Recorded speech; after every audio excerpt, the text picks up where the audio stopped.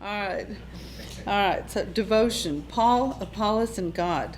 So when Paul wrote his first letter to the Corinthians, he had to address a situation that was threatening to tear the church apart.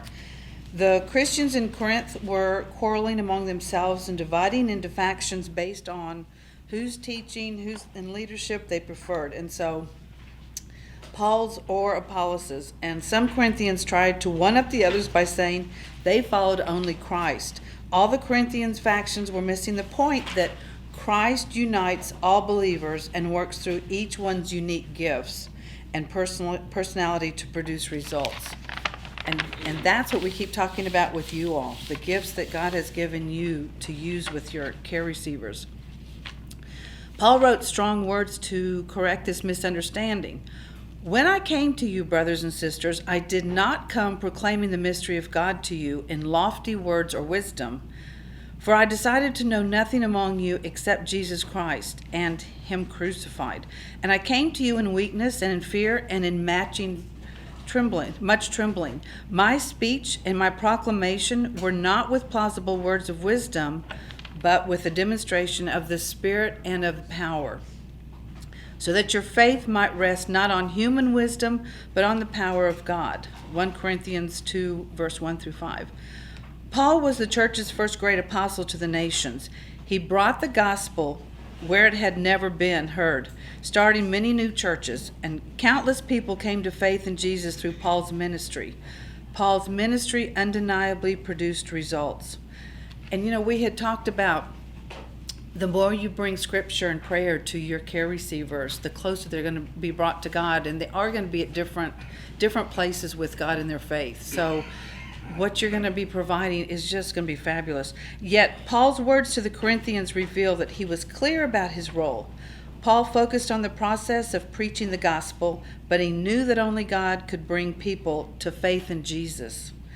So Paul did not feel any pressure to make people believe by impressing them with powerful, persuasive words. He summed up his truth in 1 Corinthians 3, verse 6. I planted the seed, Apollos watered it, but God made it grow. This is going to be the whole premise for you all when you start working with your care receiver. You're going to do the process, and God is going to do the results. So Paul took the process approach to his ministry. He focused on what he could do and left to God what only God could do. God brought about marvelous results working through the process that Paul diligently carried out. And that's the way it is for Christians today in our caring. You'll engage in the process of listening, which you all have talked about, and caring for your care receivers. And you'll trust God to bring about the results in your care receivers' lives. You focus on what you can do, and you leave to God what only God can do. Taking this process approach gives you true freedom to care for others, knowing that their ultimate well-being depends not on you, but on God. So in this session, we're going to explore the process approach to caring, and we're going to read. You read about this in your pre-class reading. So if y'all did your reading, you know what we're going to be talking about. So we'll compare process and results, and practice focusing on the process of caring, and apply a process approach to our own life experiences. So let's begin with prayer, please. Almighty God, you are always in the process of blessing us, giving us good gifts, strengthening our faith, meeting our needs, and giving us new life. Thank you for working through us to care for others. Bless us with wisdom to distinguish between what you want us to do and what only you can do. Please give us faith to fully entrust our care receivers and all whom we love into your mighty care. We give our time and ourselves to you now and eagerly await all you will do in and through us during this class. We pray in Jesus' name. Amen. Okay. All right. So we're going to start with an activity to illustrate the importance of what we're learning today. So if you would all quickly form into groups of three. Well, we might have to do, we need at least three, so I guess you have to do four. Okay. Okay, and in this group, y'all need to decide who the caregiver is, who the care receiver is, and who the observer is. So we need an observer. This is important. So if y'all get in your groups quickly somewhere in the room, please, and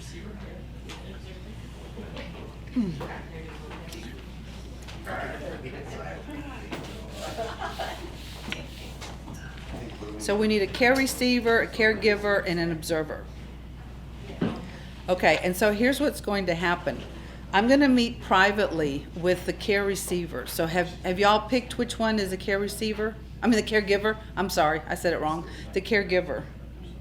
Which one? So pick who the caregiver is, and I'm going to meet with you out in the hall. Oh, you mean with the caregiver? The caregiver, yeah. So the caregivers, I'm going to meet with you out in the hall. While I'm meeting with them, I want the care receivers and the observers to put together a fictional care receiver profile for this activity.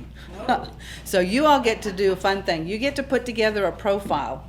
And in Focus Note 1, there are some instructions on how to do this. You can create a fictional care receiver, but don't model it after anything personal, because then you kind of start getting too involved personally.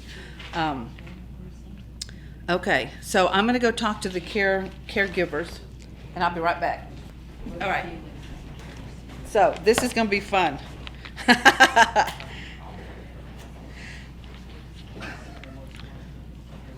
So easy for me. Okay.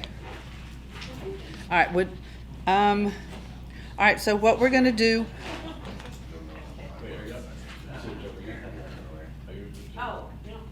Now, what's going to. All right, what I need y'all to do, I'm going to give you about a minute. The observer is going to explain to the observer is going to explain to the caregivers what the situation is. So you have about just a minute to do that, if you don't mind. And then we'll start the activity. So the caregivers need to understand what your situation is you came up with.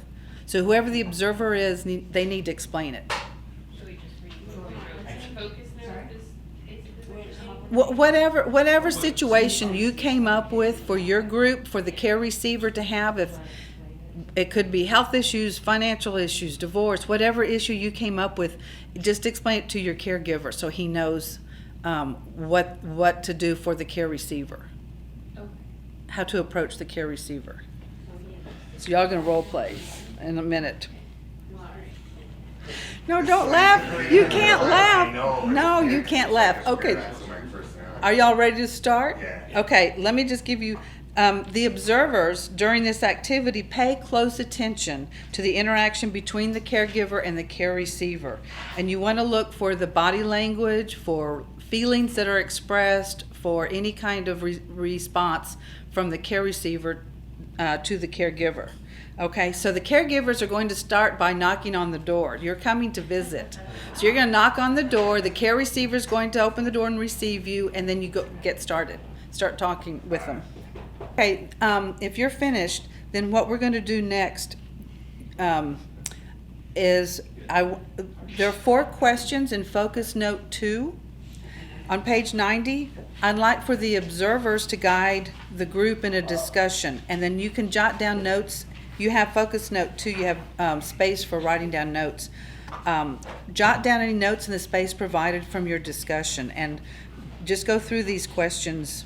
How did the care receiver feel? How did the caregiver feel? What body language and feelings did the observer notice? What did this exercise tell you about caregiving?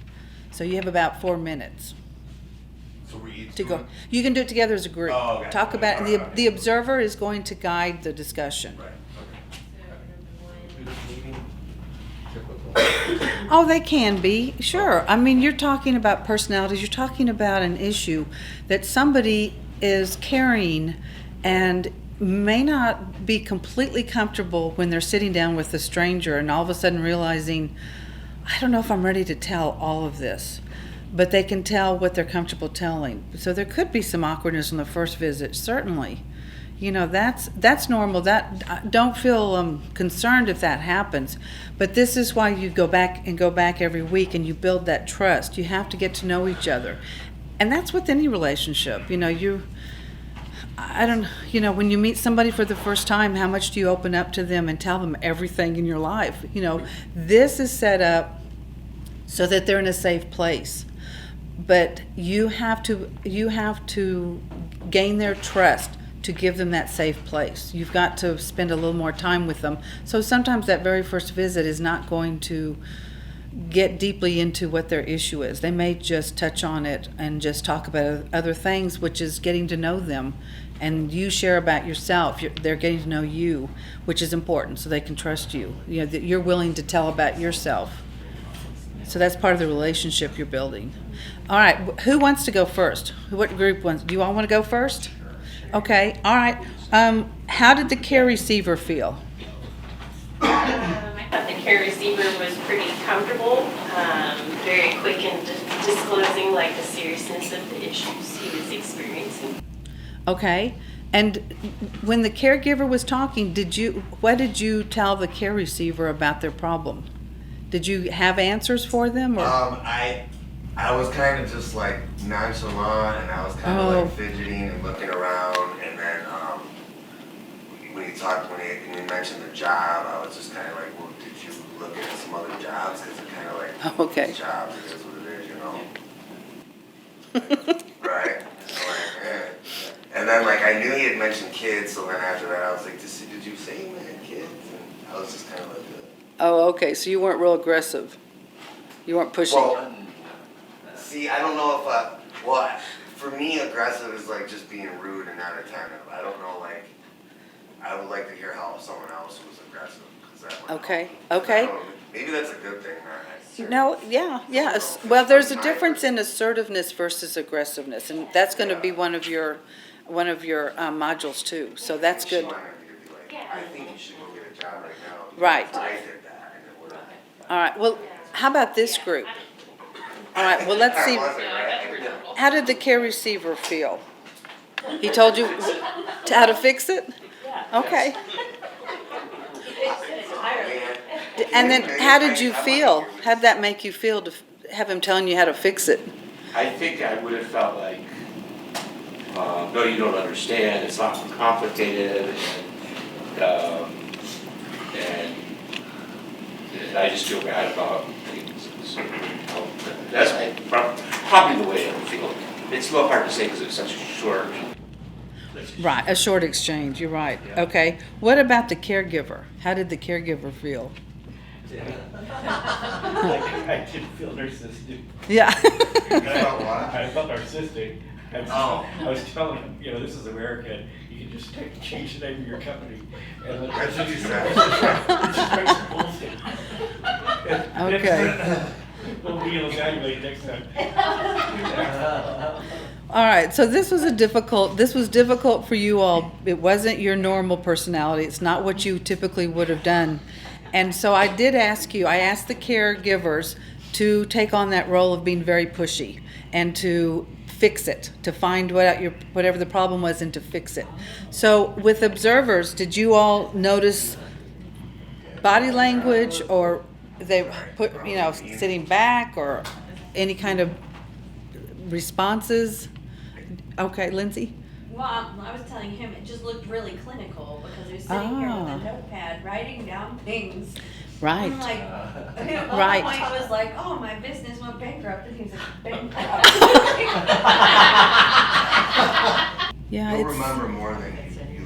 well, or you could, it's, at the moment that you're walking out the door, leaving, on your way to the car, talking to your phone, if that's what, what he's talking about. But I wouldn't do it in front of her. I wouldn't let her see it. I wouldn't give her that extra worry about what are you doing with that? Why are you writing down notes? Now, they do know that their situation will be discussed in supervision classes, but their name is never mentioned. And so I would really try hard not to take pen and paper in there with me. If it's that difficult to remember, maybe talking to your phone when you leave, as you're leaving. But this relationship, you need the eye-to-eye contact. You need to be right there with them.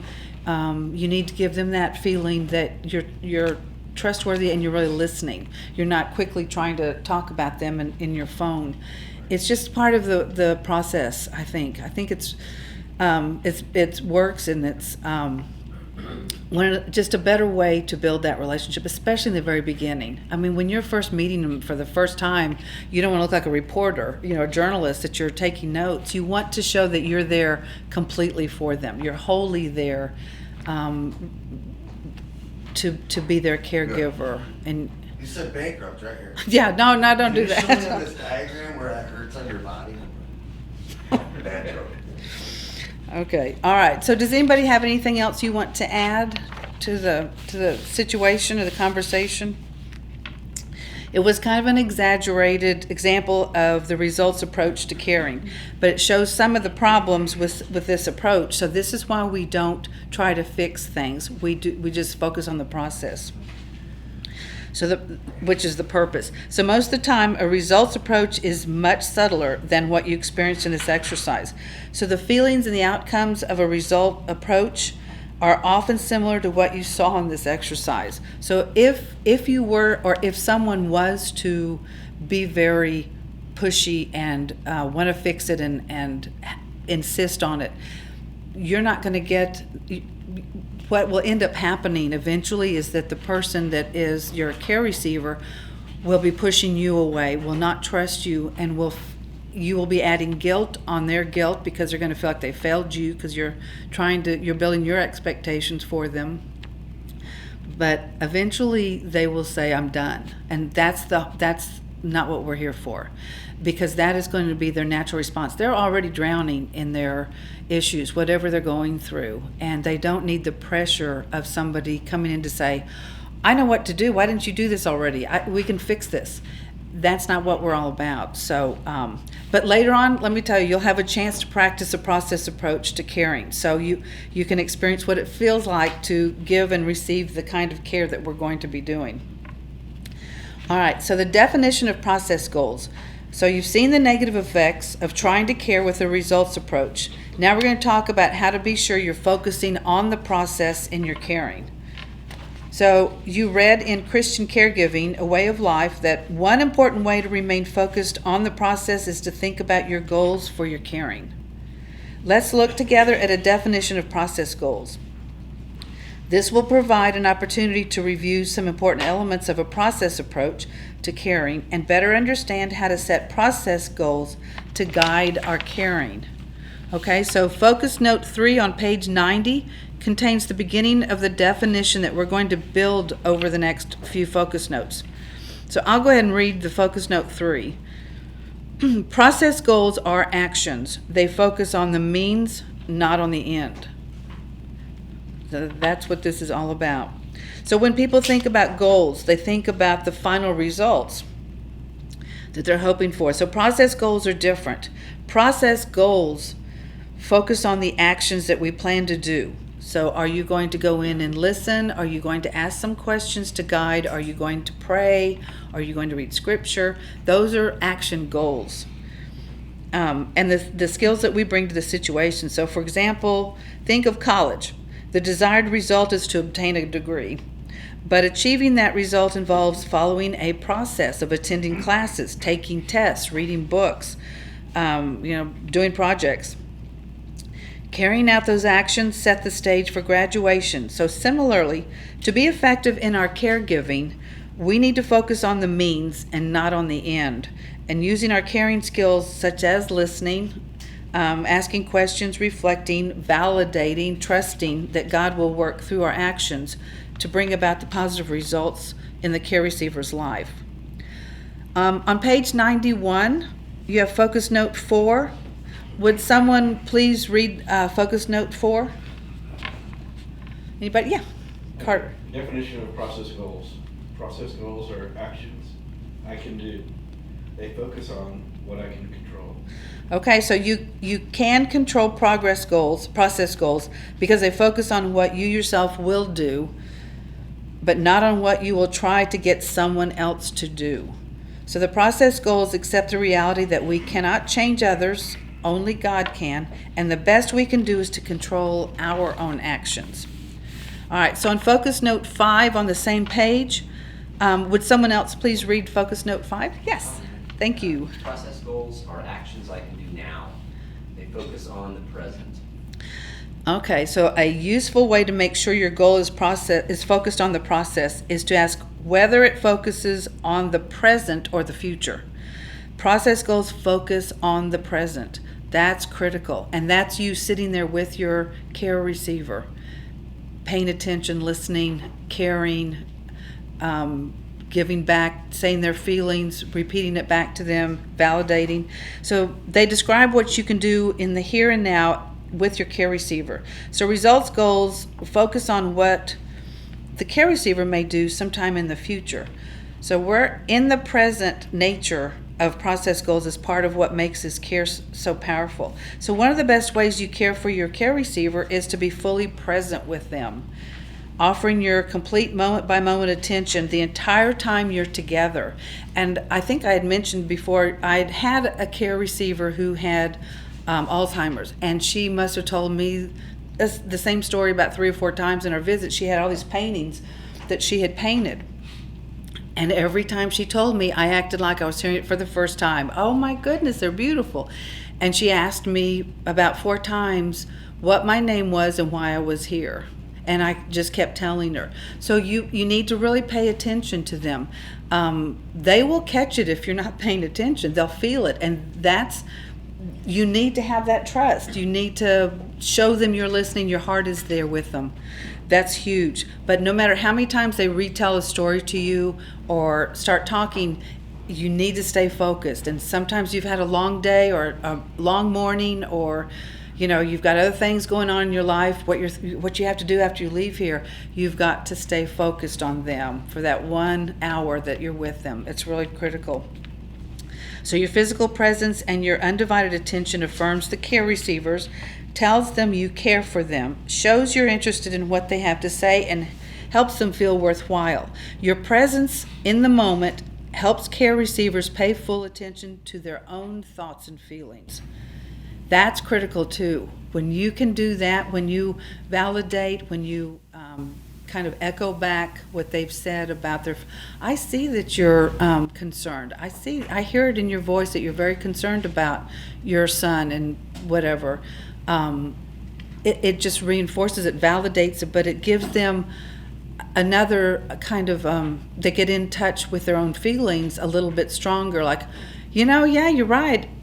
And sometimes in doing that might help them come around to, well, also, I've been worried about this, and I really hadn't thought about that, but it's been gnawing at me, and it's coming to the forefront. So you would be you're going to see your effect on your care receiver with the things you do. When you do this, and they respond, it's going to help them. It helps them get in touch with the feelings, which is huge. It really is important. So being fully present with care receivers helps them do that. So on Focus Note 6 continues the definition. Would someone like to read Focus Note 6, please? So in Christian caregiving, a way of life, you read about distinguishing servanthood from servitude. The process goals lead to servanthood. With process goals, you focus on meeting the care receiver's needs rather than your own. So Stephen ministers should not approach their caring relationships as if they're better than their care receivers or have exclusive knowledge and insight. And this is when it comes out as, I know how to fix it. Here's what you need to do. So that's what we need to avoid. So process goals will help you relate to your care receiver not as a superior, but as a servant, with the same servanthood attitude that Jesus showed. So would somebody read now Focus Note 7 on pages 91 to 92? Thank you. All right, with the process approach, you'll humble yourself in terms of setting your own needs and interests aside in order to dedicate your time and energy solely on doing what will best help meet the needs of your care receivers.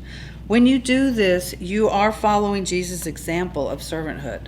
So on Focus Note 8, this completes the definition. Would somebody read Focus Note 8, please? Process goals are actions I can do now that concentrate on the other person's needs and leave the results to God. They focus on caring, not caring. Okay, so what will happen as you focus on process goals? That's up to God.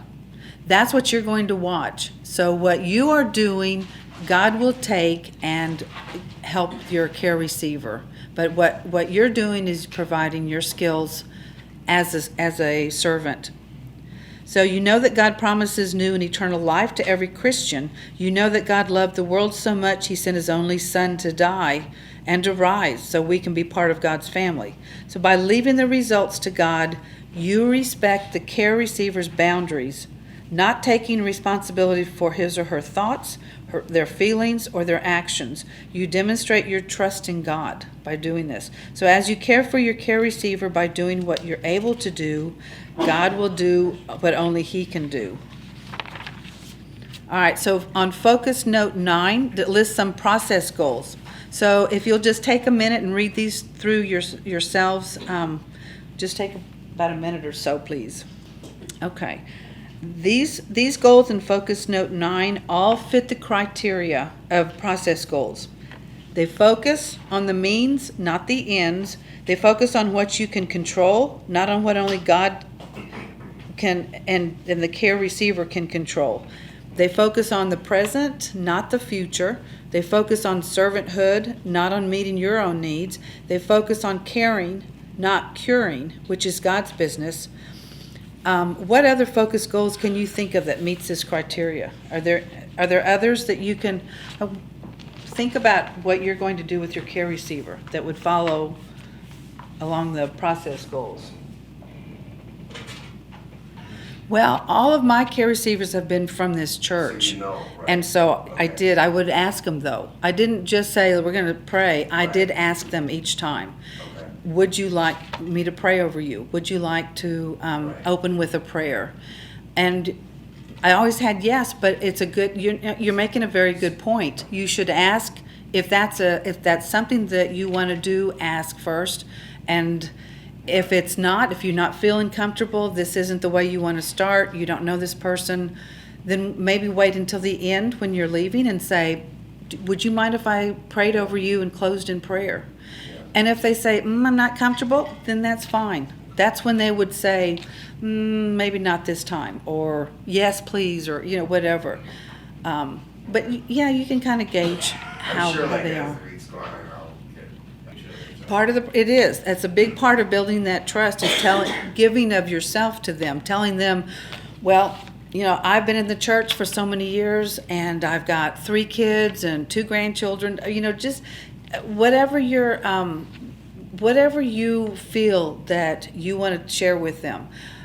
Again, we've talked about, I think I mentioned this before, you want to be careful about everything that you share. You don't want to share deeply. You don't want to share your problems because they're not your caregiver. Yeah. So you don't want it to turn around, and it could, because they might do that to kind of push away their own problem. Yeah. Oh, I don't want to talk about my problem. Let's talk about your Yeah, problem. Oh, good, he's talking. Yeah, get him talking. Oh, this is good. I'll get him talking. Let's talk about those grandchildren again. You just and some of them will try to do that, and you just turn it back around. Oh, they're doing great. Now, how are you doing with your whatever the problem is? Right. Whatever you want to talk about. But truly, in any relationship, the trust is built when everybody gives something of themselves.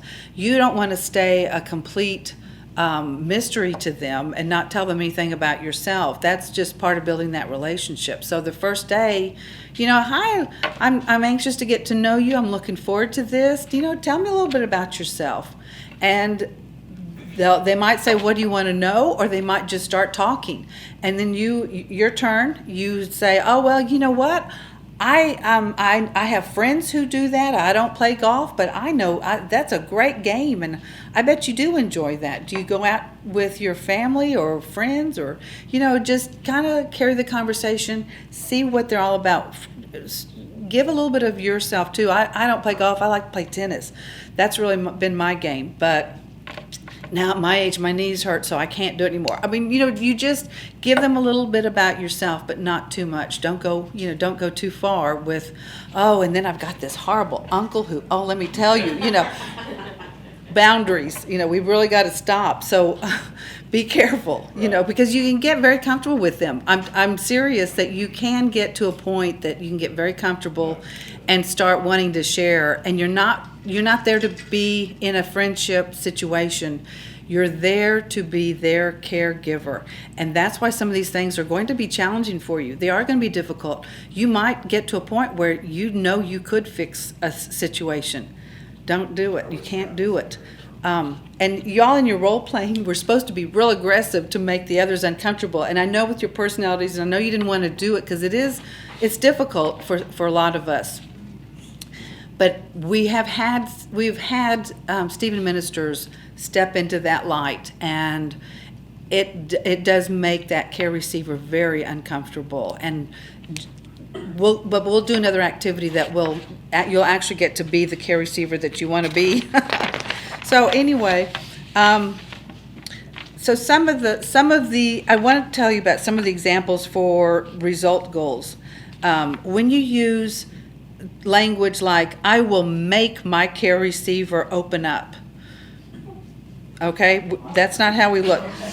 I will help my care receiver feel better. I'm going to make sure they feel better. I'm going to get rid of this problem. I'm going to change his life. Me, I. That is, and I know the heart is meaning well, but that's not what the Spirit wants to, that's not what we're supposed to do. So anyway, here's what we're going to do. Well, in a little bit, we're going to do another activity, and then, I think we're going to have a break first. So we'll do another activity, though, so that you'll feel better and you'll get a chance to be the actual caregiver and not be pushy and laid back pushy or whatever. What you tried to do. All right. So a possible challenge when a care receiver asks for advice. I want to take a moment now to talk about a possible challenge that Stephen ministers may encounter trying to maintain these kinds of process goals. Sometimes a care receiver may ask for advice with a question like, what do you think I should do? Or, if you are in this situation, what would you do? These requests for advice are instances in which it can be very tempting to shift into a results focus. It's perfectly fine for your care receiver to ask this question. It shows that your care receiver trusts you, and this is important, and values your opinion. And it's natural for someone going through a difficult time to look to others for suggestions, but you'll need to be very careful how you respond so as not to fall into a results mode. Responding with your own personal opinion, such as, well, if it were me, I'd do this, or yes, that seems like the best option for you right now. I think you should do that. You don't want to jump into something like that to resolve the situation. So short-circuiting the caring process and the care receivers wrestling with this issue. Instead, if a care receiver invites your suggestions or advice, the best way to help is with a process response. So Focus Note 10 on page 93 gives some of those examples. So go ahead and take a quick look at Focus Note 10, please.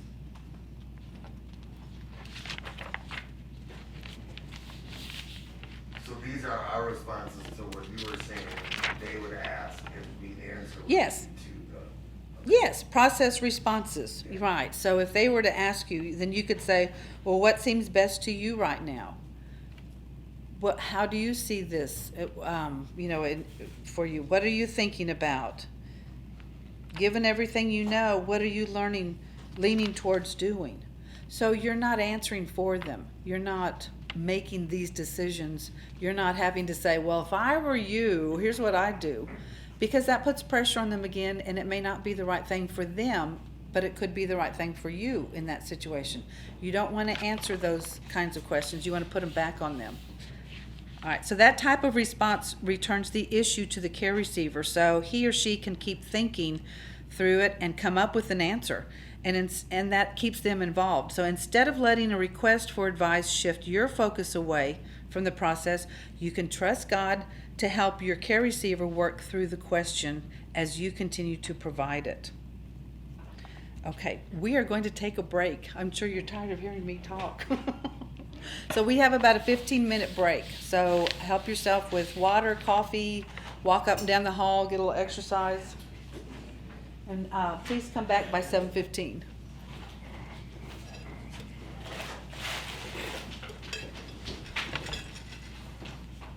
We are going to have one on boundaries. I don't know if you've looked ahead, but there's a module on boundaries too, that'll be good.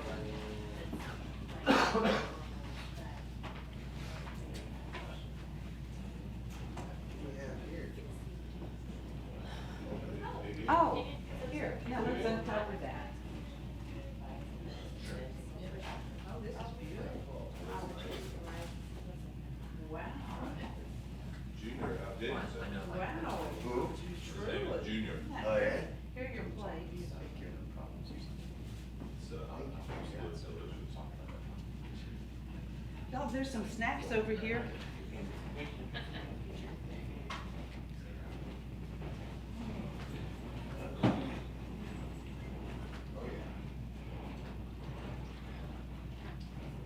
Oh, here, let's cover this, the water.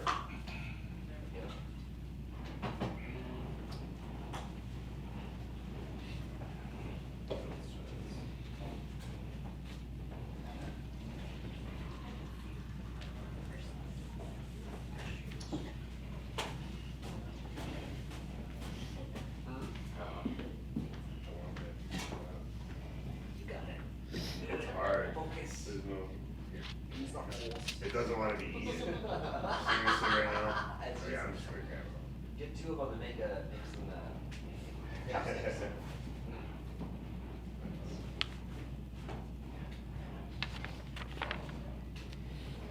I need to learn how to use chopsticks. I can't use them either. I've tried, I lived in LA, people would force me to try to try. Yeah. Hey, like, try and roll it good. I need a professional, I'm right there with you, so don't feel bad. you know. But I'll just use the chopsticks and I'll just, unless it's like. That's what I do. It's so, Yep. Spirit. I don't usually worry about if I'm fancy, but like, you know, sometimes you go out with a bunch of people, everyone's using them. If everybody's using them, yeah. I'm like, eh. Well, I saw somebody, I'm trying to think how they did it. They put them together and they put rubber bands around the top ends. And that way they could squeeze them back and forth without dropping them. So the rubber band helped it stay together sort of for practice. I don't know. I guess it works.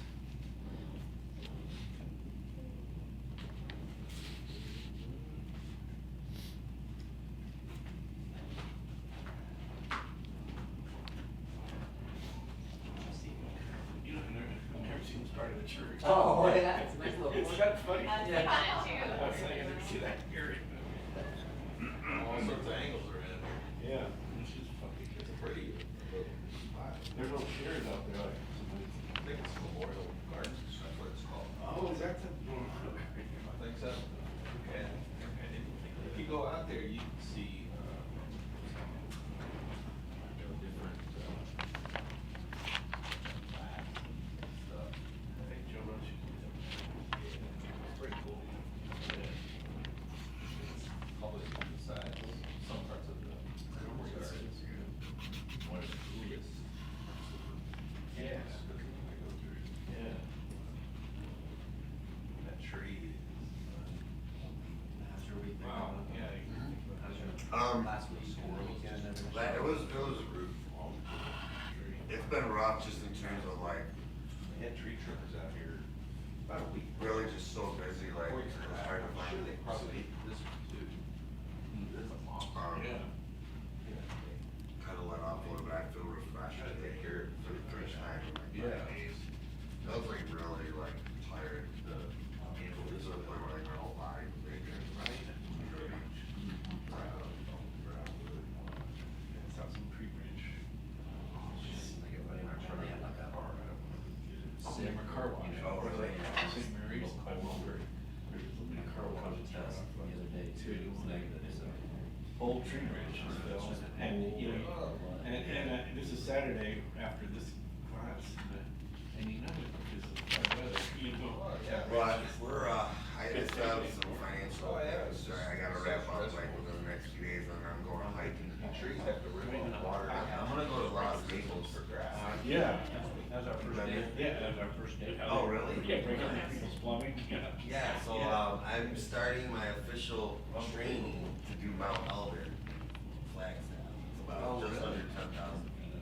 Yeah. It's not holes and straps, it's like it's legit. It's awesome. Yeah, and I'm like, I don't even consider myself a novice. feed the cats. So like, I'm going all out, like, I'm getting minimalist camping stuff, and of course, it won't be super cold around December, We graduated from. I'm gonna go walk Los Maples, in a couple days, and then I'm gonna go back, and I'm gonna camp. You go back to Los Angeles. Yeah, I have to go to October. Yeah, I've been watching videos, and that seems like the time to go. And then, yeah, after I do that a couple times and kind of get accustomed, like, cause like, I've never even like, I mean, when I was a kid, You never know. like, put it in. Oh, and I'm I make going it so from- easy. I'm going If you're from, going solo, they have some really nice, like, personal pop-up tents Right, Well- right. that are just as easy as throwing it in. well, I wanna make, so I'm gonna start with a tarp. Yeah, and I'm gonna make a TV tent either with a stick or over wire that's attached to trees. Yeah, Yeah, and since you can't make fires at Los Maples, I'm buying a little, it's a UCO. Oh, yeah. You've heard of it? It's really good. Yeah, no, it's $50. It's a really good one. You can burn wood in it. Yeah, so you would put the shavings in, and your sticks or whatever, and then like oak, and you let the oak, turn into charcoal. So it's a little grill that I can use at Los Maples, but then also, when I'm not going full out bushcraft or I'm out and about and I just wanna cook real quick. And then I'm gonna bring water filtration up there, but like the first time we get over, well, I'm gonna bring a couple bottles of water, and then after that, Yeah. just for the fun of it, I'll filter my water, of course, if I'm cooking like oatmeal stuff, I'll pour on it. It's just real baby stuff into the canyon and hiking, and I'm really hoping that like helps, because I don't see it, man. Like, I'm like, I can take a couple days off and I'm back to like, work, like, working through financial peace and total money makeover too, is like, Anything with money stress. yeah, Water system. That's what my sister I'm started out of her town. barter group, No, no, no. neighborhood, like on the, Separate place, and she maybe. made a Facebook group and Got a lady in called- the app, Uh-huh. she was like, well, I got chickens, so Yeah. she's listen to You don't have that some vegetables. freeze drying her eggs Yeah. and there's a You got nice one my too. guys. Hard yeah, No, And I'm she's the like, same well, look, person. I No, can. and you don't have to, for you I'm if not you messing let me around. keep some." It's, So like, it's all it's about really muscle. good though, like, it's like core music, I wish they didn't call me. Yeah. Right. check it out. Yeah, just some days we're a lot. That's my go-to, like, I mean, I have music everywhere, but that's like, She Yeah, that means a lot to me. 40 you pounds can of read chicken. to it, you can sleep, it's Yeah. a multi-purpose It looks healing music, tell you. Is it, not, it's not good? No, it's good, it looks gross. Oh, gotcha. Yeah, and she made all these, like, she bought giant logs of beef and canned them all in different, she made burritos inside and burgers and, yeah. Well, she wants to trade some jams. She loved I it. didn't try it. Right. Yeah. We did the prickly pear Oh. juice and jellies a couple years ago. Yeah. My uncle made some wine out of it. Yeah. It was actually, Yeah. it didn't look very good, like the color was almost like a brownish, purplish. Uh-huh. Yeah. It tasted really. Oh, it's delicious. We actually we're making margaritas. Yeah. But, no, I really, next year, I didn't do any prep or anything this Yeah. year, but I wanna go collect a whole bunch of mesquite.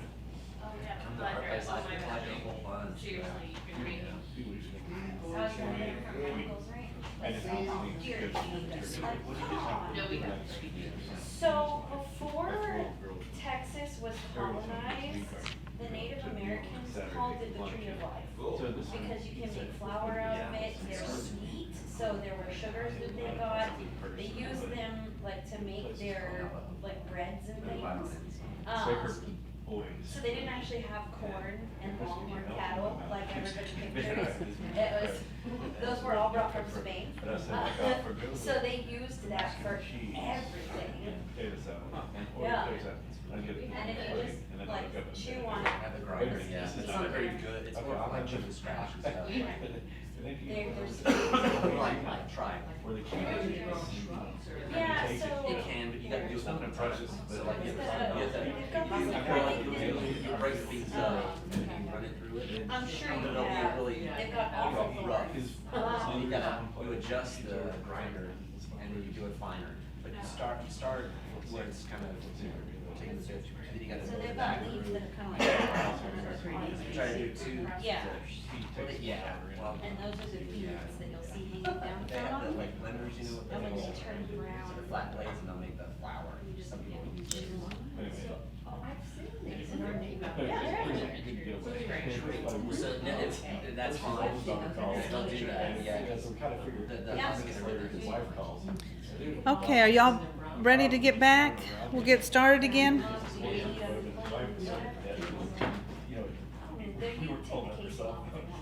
Carter. Are we ready to get started? We go for it.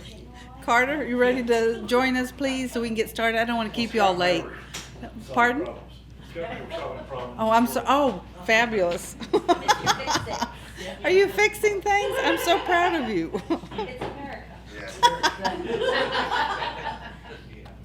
All right, thank you all, appreciate it. And in a little bit, we're going to explore how to provide care in a way that focuses on the process. But before we do, I want to underscore something that was touched on in your pre-class reading. Results are important. As Stephen ministers, you want your care receivers to successfully find their way through whatever crisis they're facing, to find hope, to experience God's healing love. It's just that as you as a Stephen minister cannot make those results happen. The only way to help your care receiver experience positive results is to focus on the process of caring, listening, empathizing, affirming, understanding, and trust God to bring about the healing. Would someone please read the goals and focus note 11? Anybody that, Sincere results goals. My care receiver will share his or her feelings. My care receiver will feel better about him or herself. My care receiver's painful feeling will go away. okay, that, oh, I'm sorry, go ahead. Okay. My care receiver will resolve his or her situation. My care receiver will relate better to other people. My care receiver will feel more hopeful about the future. And my care receiver will grow spiritually and be closer to God. Okay, those are all good, sincere outcomes to hope for, but they are results goals. Do you know how you can tell? Each one of them focuses on what the care receiver is going to do, which means that they are out of the Stephen minister's control. Only the care receiver, with God's help, can make these things happen. So that's how you can tell and keep kind of gauging yourself in what you're saying to your care receiver. Is this something that they control or you control? And if you as a Stephen minister were to try to create or force those results by your own efforts, you might end up with some not so good results like those in Focus 12 on page 94. Will you all please take a moment and read the Focus Note 12 to yourself?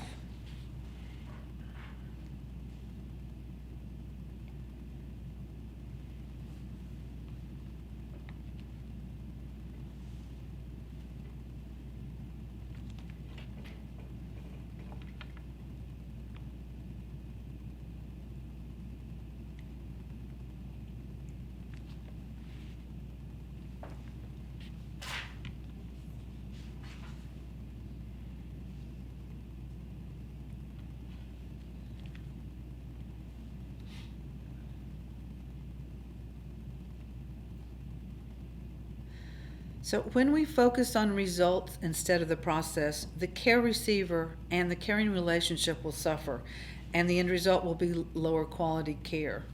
or they just completely end the relationship. As Stephen leaders and Stephen ministers, we do want results, but we always need to remember God is the one who brings those results. Our role is to focus on the process of caring. So let's take a look at how to do that. All right. How to focus on the process of caring. For the next activity, we're going to form into groups of 3 again. And so however y'all want to, if you want to change and have different partners, we need to get into groups of 3 and just kind of, you can spread out just so y'all don't overhear each other's conversations. And then choose one person to be a recorder and take notes of your discussion. Are you all in your groups? Okay, you're going to stay in those groups. Okay. All right, so now we're going to look at some caregiving situations and think about process goals for caring in those situations. We'll do one situation together as a class, and then each group will work separately with 2 additional situations. All right, so would someone please read Focus Note 13? I'll read it. Okay. Evan was recently fired from his job and is dealing with a lot of difficult feelings. He's married and has 2 young children, and he feels as if he's let them all down because he and his wife are now struggling to make ends meet on just her salary. He's embarrassed and ashamed to have been fired, and he is also very angry with himself because he knows his own lack of focus and effort are the main reasons he lost his job. At this point, he's not sure anyone else will ever want to hire him, so he hasn't been able to start thinking about taking any steps. All right, so let's brainstorm process goals. All right, Evan, Stephen Minister, if you were his Stephen Minister, or what kind of process goals would you think about for him? Go ahead and call out any ideas that you have, and I'll write them down over here.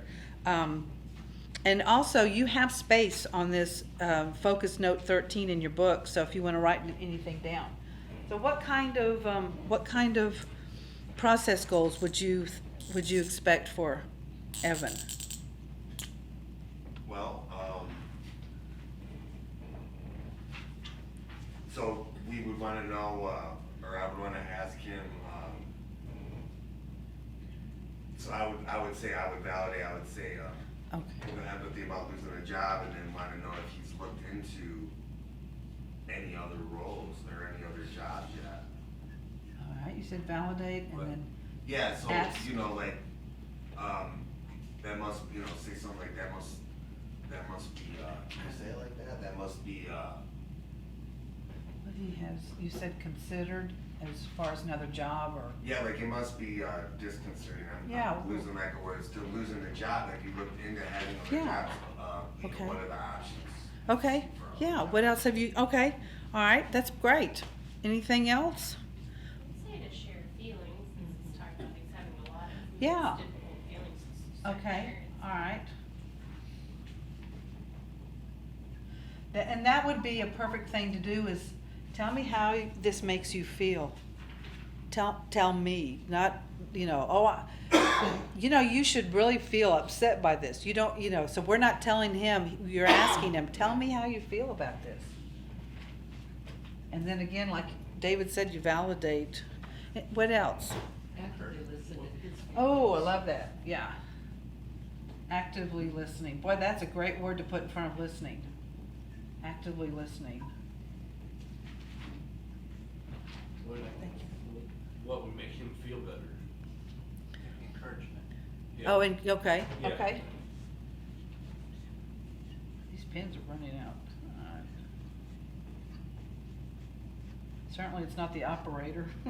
So would you ask what makes, is this where, like, the context of encouragement here would be, would it make you feel better to have?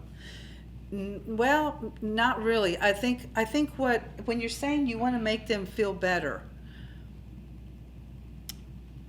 it's not asking him to come up with a solution. It's saying, boy, I understand. I understand what you're going through. I can see how you feel that way. And this is where you could take a moment of, do you want to pray? Do you want to pray about this? When they're talking about their feelings and you're hearing their tone of voice, you're hearing their depression, you're hearing them becoming, it's all starting to come out and you're hearing it in their voices. That's sometimes that's a good time to just stop and say, what can I pray for you? And maybe not. I mean, if you don't feel like it is at that point, you know, they're sharing a lot. You don't want to interrupt their sharing. That's another thing, is you don't want to stop them and interrupt. All right, so what did I miss? Somebody said something great and I didn't write it down. What did you say?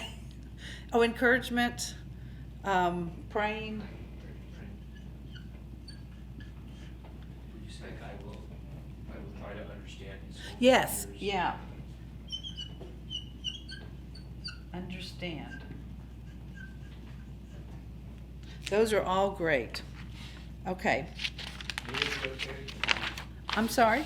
Would it be okay in this situation if you told him a small, how you could relate to his situation? Or, You could, but I'd be careful. You know, then again, don't bring in, boy, here's what I went through. Let me tell you about my Yeah. divorce. I mean, you know, it's that boundary, fine line thing, because you can get pulled into, oh, you did this too, tell me about it.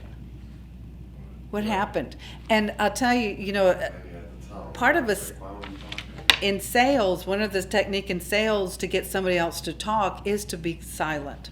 People don't like the silence. It's uncomfortable. It's very uncomfortable. Somebody's going to talk. Someone's going to break. So, you know, if they do that to you, they're in control. Tell me what happened to you and what did you do?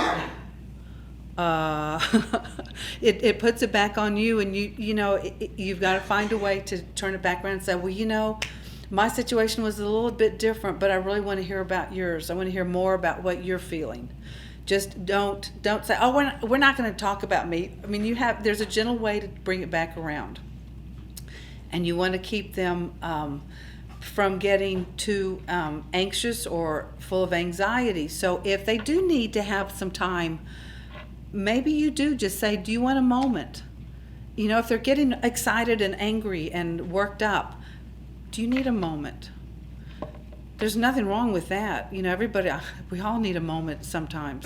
But that's also another way to just let them kind of regroup and get their thoughts back together and calm down a little bit and just say, you know, I understand. Just, you know, how are you feeling? How are you doing today?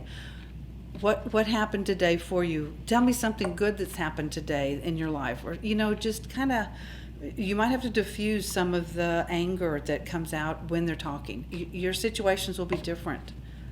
Yeah, Lindsay, I'm sorry.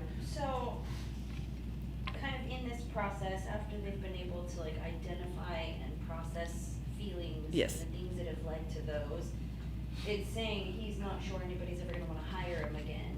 That would be a time when you could probably help him or whatever to look at kind of the qualities they do bear. Like, I guess a No. reassurance of. Yeah, you're right. You're right. It's when someone is that down on themselves, Sure. it's hard to start saying, oh, you're such a good guy, though. Look at your great technique and skills you have. Yeah. That's a good point. You're making a very good point. Help him discover those, and don't you start listing all the things, because you don't know him well enough. From what I understand, you worked really hard in your last job. And he, you know, you can kind of go around a little carefully without saying, you're a good worker, you're going to get a job. You sounded like you really enjoyed that last job and you've really worked hard. Let's talk about, do you want another kind of job like this? Or, you know, let's just tell me what you're thinking. That's always a good one, is to go back. What are you thinking? What, you know, you don't want to tell them what to think. And yet, again, it just comes out, because in your normal relationships, you can do things like that. You can talk that way to your spouse, your best friend, your child. But with this situation, it's you have to be careful. What are you thinking? How are you feeling? Maybe, you know, you aren't quite ready right now to go and interview. I mean, if they're depressed and they're really down, they need, you know, some of them get into a very dark place. They're going to need to pull themselves out of that. You know, prayer does that. But that's not your job. You don't pull them out of their dark place, out of their depression. You are there to listen, and the healing begins when you are listening. And then you can pray with them, but I always prayed for mine every day before and after I saw them.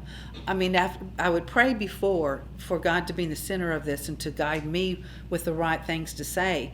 But after they would tell me what they were going through, then I'd pray for them afterwards. God, take care of this. You know what their needs are. You know, it touches your heart. You can't help but start getting close to them, but you have to be careful. All right, and I'm getting way Can I off. make a comment, though? Oh, yeah. You said that, you know, you could say, well, I understand what you must be feeling. I think we have to be real careful about saying that, because if you say, I know what you're going through, and you haven't been through it. No, yeah. it No, you're right. makes light of it for them, and they might. You're right. Say, well, she doesn't know what I'm going through. You're right. No, and that's true, and you're right. You have to be careful. But I think if you say, I understand your feelings, we all experience feelings. We all have all kinds of experiences. If they're upset or they've had a loss, it doesn't have to be the same loss. You can experience loss and be depressed or be hurt and not have the same kind of loss of job or whatever he's going through. And you can make that clear. I haven't experienced what you're going through, but I have had loss. I kind of understand loss, and I'm so sorry. You know, do you want to talk about that? Okay, so we do need to go on. I'm talking way too much. I'm so sorry. All right, that was wonderful. So what we're gonna do is we're gonna conduct a whole class discussion we're gonna do another activity here. All right, what you're gonna do is now in your groups. First we need to read the other ones. We've got focus note 15. Okay, we've talked about Evan. We're going to talk about 2 other situations, and then you're going to go into your groups and do a role play with those 2 situations. So will somebody read focus note 15, please? Everything had been going great for Emma and Josh. Their youngest child had just left for college, and they were planning a cross-country vacation together. But then Josh was diagnosed with late-stage cancer and died just a few months later. Emma is feeling overwhelmed by her grief, covering her child's tuition, and trying to figure out how to manage everything alone.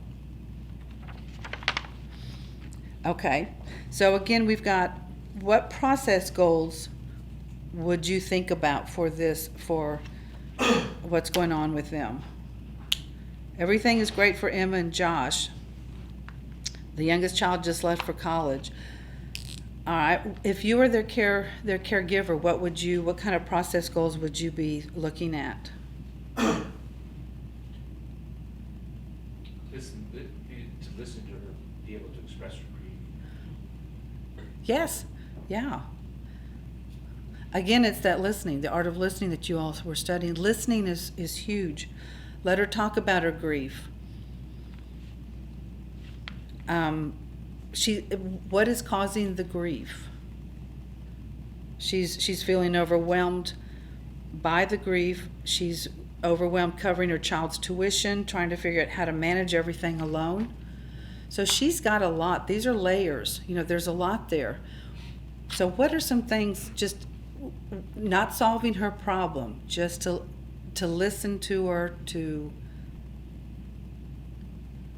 one thing, like you were saying, I understand, and you have to be careful how to say that, empathizing. That's kind of one of the ways that we empathize, is just saying back, I am just feeling so devastated. I can imagine, I see that you're devastated. When they have layers like that, would you want to focus on it? Like, could you start off, like, could you tell me about Josh? Yes, And yeah. then- And then. That's you perfect. feel like that might take the whole session. It might. And then you may have the next time, okay, let's talk about your feelings on. Exactly. Okay. And when you go back after talking about Josh that whole session, the next time say, you told me a lot about Josh. How are you feeling now about things with Josh? And if she says, you know what, it's all okay now, that's great. So what else is going on with you? What else is happening? And there may be some days where they just want to sit with you and have have a companion, someone to talk to. My care receiver, one of them that I had, didn't always want to talk about her problems, and she would want to laugh about them sometimes. And she had serious health issues, and she'd tell me funny things that happened to her with her. She had a healthcare worker that took her out to run errands and things. She would tell me the funny things and try to make light of her situation sometimes because she needed that. That was part of her healing. She wasn't making fun of herself. She was just trying to find a sort of comical situation out of the whole thing. And that was our day. That was, we didn't go into a lot of serious, difficult things. Then the next time there was something that she wanted to talk about. So you go with what they're doing. You go with what they're talking about. Okay. All right, so we have one more situation. Focus note 16. Who wants to read that one?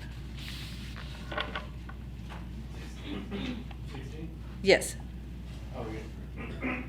Anna's mother-in-law, Clara, has seen her health decline in recent years. About a year ago, when it became clear that Clara could no longer get by on her own, Anna suggested that Clara move in with her and her husband, Jonathan. They all agreed, and that it seemed like the best arrangement. Since that time, the burdens of caregiving have fallen largely on Anna. She has had to cut back on her work hours significantly and rarely has time for her own interests. Anna and Jonathan have always enjoyed traveling together, but since Clara moved in, they haven't wanted to leave her with anyone else for any length of time. Increasingly, Anna is overwhelmed by difficult feelings, regret over lost time and missed opportunities, anger and resentment at her mother-in-law for making her feel trapped, Yeah. and guilt over the anger and the resentment. Okay, again, we're talking about a lot of layers. All right, so what kind of process goals would you look at with her? With this one, I would ask her how Jonathan feels about it. Okay. All Have right. you discussed this with him? You could. I would stay focused on her. I would, because Clara. Well, just to get an idea, because they are married, right? Right. I mean, not Clara. Yeah, Anna is the one that's overwhelmed, and Anna is the one that's your. It's a daughter-in-law. Right. Oh, I'm sorry, I misunderstood that. Well, Anna's mother-in-law, Clara, had health issues, No. and she moved in, right? Okay, Yeah, so, but Jonathan's Anna's husband, right? right. Okay. So you wouldn't ask her if she's discussed it with. I would first focus on her because you are her care receiver, and unless she brings up Jonathan and that's her worry about how he's responding to all this and it's causing her issues, she'll bring that up, then that's when you would address it. Okay. I wouldn't address him. I would address her feelings and her needs and her concerns and all of her layers because she's overwhelmed. She's the one she's grieving over the loss of a life she wanted to have and can't have now because Clara has moved in. So she's going through layers of grief and loss and concerned, missed opportunities, anger, resentment. She's got a lot going on, and we don't know about Jonathan. He might be laid back and, Right. but he's not your care receiver. Would that be something we would want to ask later? I'm just trying to get an idea for like. Not really, only if she has a problem because of Jonathan. Okay. Only if she brings it up to you. You don't want to look for problems, and you don't want to suggest, hey, maybe Jonathan's a problem too. Let's address this. I'm gonna leave this question here and then Okay. keep the no. Don't do that. Yeah, So that I- remember. Thank That's you. fine. Okay. Yeah, you know what I mean. David, you make a good point Wait till because she brings up Jonathan, then maybe you can be like. maybe Jonathan tries to help her because he's going through this also. Right. Okay. So he's got to be affected somewhat, but she's the one that you are there for. She's the one you're providing the care for, and so she's the one you need to focus on her feelings, her needs. And if her feelings are about Jonathan too, like, why didn't he help me more? Why isn't he? Okay, well then there's the perfect opportunity to say, well, how is he helping you? How would you like for him to help? Okay, you know, that kind of thing. Okay, all right, thank you. Okay. So now I would like for you to form in pairs. So 2 at a time, no more 3 and 4s. Pair up into form 2 pairs and spread it around the room. And then once you get settled, decide who will be person A and who will be person B. So, well, we don't have enough. Okay, someone's gonna have to be 3. Sorry. So if y'all can kind of go sit somewhere or sit in the, well, you can't sit in that chair. So we need 2, 2, and then 3.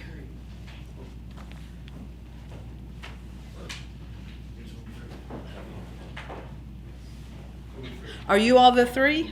Is that what you're doing? So then you all have to pair up, or y'all can pair up however you want to. I mean, you don't have to. Okay, are you okay? So figure out who's person A and who's person B before I tell you all what you're going to do. No, I'm not. Well, actually, you're going to reverse, so you're both going to play. You both get to be. Okay. All right. All right. You're each going to have an opportunity to practice the process approach to caring. In this exercise, each of you will have a chance to play the caregiver and the care receiver. So you will reverse. So when you play the role of the care receiver, you're going to choose one of the 3 caregiving situations that we just talked about, either Evan, Emma, or Anna, and you're going to role play those. So choose the situation that you're comfortable with as the care receiver, and then we're going to switch. But go ahead, y'all figure out who you want to be. If you want to be Emma, Anna, or Evan. Says A or B cares. Is A the care receiver or the caregiver? We're not there yet. So do we know who chooses what? Well, person A is the care receiver. Okay. So person B will be the Stephen minister. Okay. So who do you wanna be? So which situation do you want to go to act out? You have Evan, Emma, or Anna.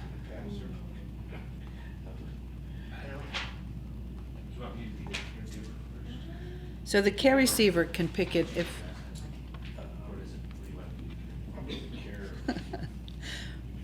All right, remember, person A is the care receiver. Person B is Stephen minister. Okay, are y'all ready? So now person B, you have 5 minutes to practice a process approach to caring with this care receiver. Since you only have 5 minutes, assume you've already greeted one another and get right into the challenging issues that are involved. The Stephen ministers are going to start by asking how the care receiver is feeling today. Okay? All right, go ahead and get started. You have 5 minutes. Moving on, I'm sorry. All right. Y'all are such a wonderful group. I have to tell you, this is really exciting for me to be around you all because you interact, you have ideas, you're sharing. You're going to be such awesome caregivers. Okay. All right, so I don't even know where I am. Yeah, within your individual groups. Now what you're going to do, actually, there is, did I skip it? No. I got so excited I turned the pages and now I don't know where I am. No, I'm trying to find the one. You're going to ask questions. You're going to go through. Here it is. Okay, this is it. What you're going to do now as in your group, just on focus note 17, in your group, talk about how did the caregiver focus on the process of caring. So in your group, how did the caregiver focus on the process of caring? How did the caregiver feel about focusing on the process of feeling?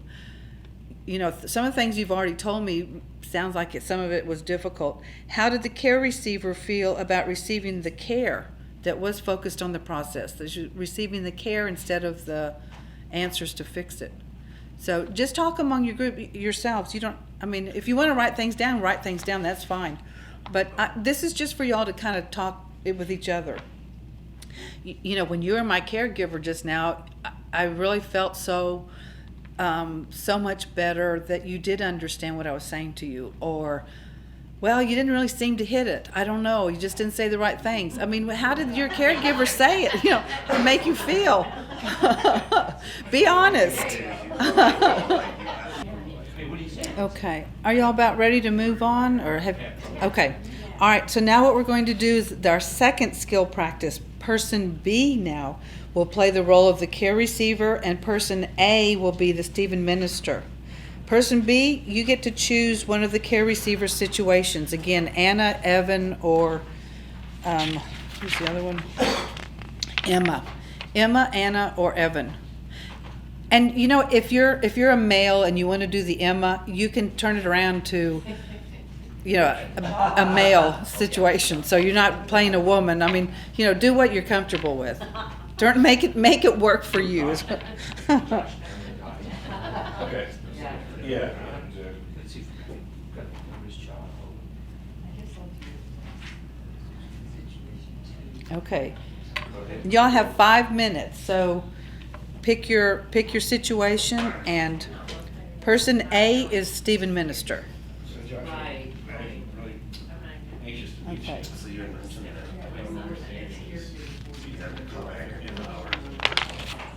All right, so what you're going to do now that you've reversed roles, go back to that focus note 17 again, please, and answer those questions in your different roles. So how did the caregiver focus on the process of caring?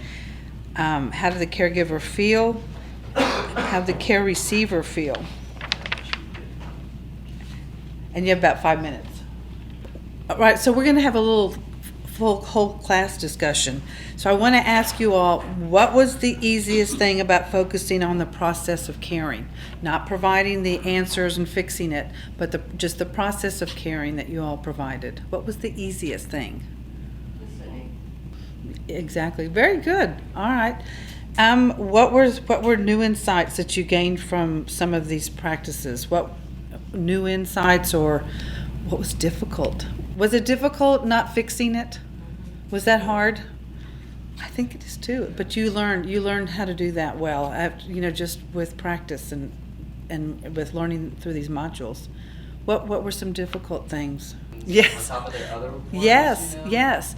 You're trying to express empathy, but you're giving them feelings to feel instead of reflecting what they're already saying that they're feeling. Because it is a one-way, Yes. And you will get to know them better, but these are in these initial conversations and initial meetings with them, that's where you really have to be careful. You're building that trust, you're building that relationship, and you want them to feel safe, and you don't want to be feeding them anything that's going to add to their troubles. Okay, very good. All right, let's use the caregiver's compass to think about this module on a process approach to caring. You have a copy of the caregiver's compass on page 97. So as we discuss the 4 points and the center of the caregiver's compass, write the words that you think of, or sentences that summarize what you learned about each point. All right, so let's begin with the point on top, the compassionate. Does anybody want to share about compassionate relating to this module? I love you, everybody's writing. I was writing another one though.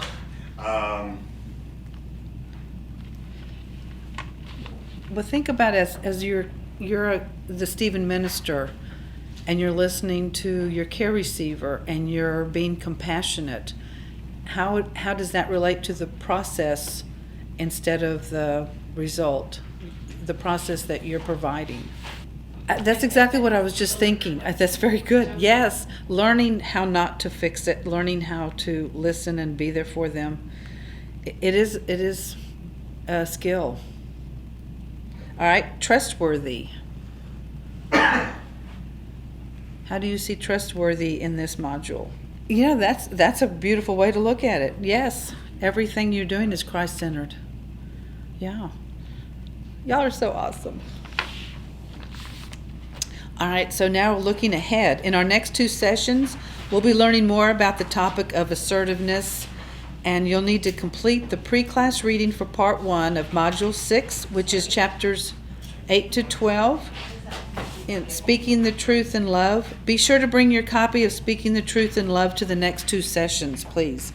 And as you reflect on your experience in this session, find ways to practice focusing on the process in your work, in your family relationships, and elsewhere, because we typically want to fix things. And so if you can start practicing this in other areas, it's a good, you'll kind of see and feel that process.